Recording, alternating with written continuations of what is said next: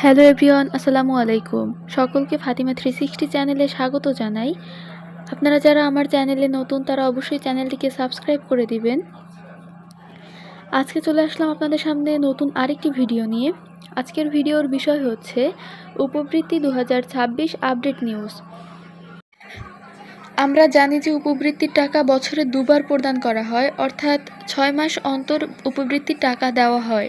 সেই হিসাব করলে বছরের 6 মাস অর্থাৎ জুন মাসে একবার উপবৃত্তির টাকা দেওয়া হয় এবং বছরের শেষে অর্থাৎ ডিসেম্বর মাসে আরেকবার উপবৃত্তির টাকা দেওয়া হয়।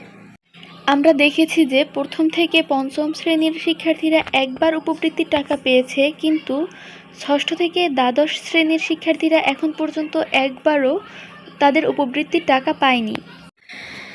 ষষ্ঠ থেকে দ্বাদশ শ্রেণীর শিক্ষার্থীদের দুইবারের টাকা একই সাথে পাওয়ার একটি বড় সম্ভাবনা রয়েছে। এই মাস অর্থাৎ জুন মাসের শেষ দিকে উপবৃত্তির টাকা প্রদানের একটি সম্ভাবনা রয়েছে।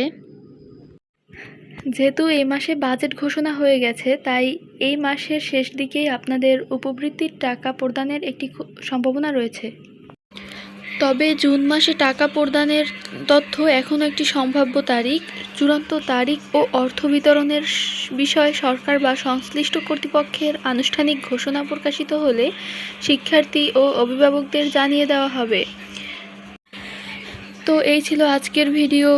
যদি ভিডিওটি ভালো লেগে থাকে তাহলে অবশ্যই ভিডিওটিতে একটি লাইক, কমেন্ট করবেন এবং চ্যানেলটিকে সাবস্ক্রাইব করে আমার সাথেই থাকবেন। ধন্যবাদ সবাইকে।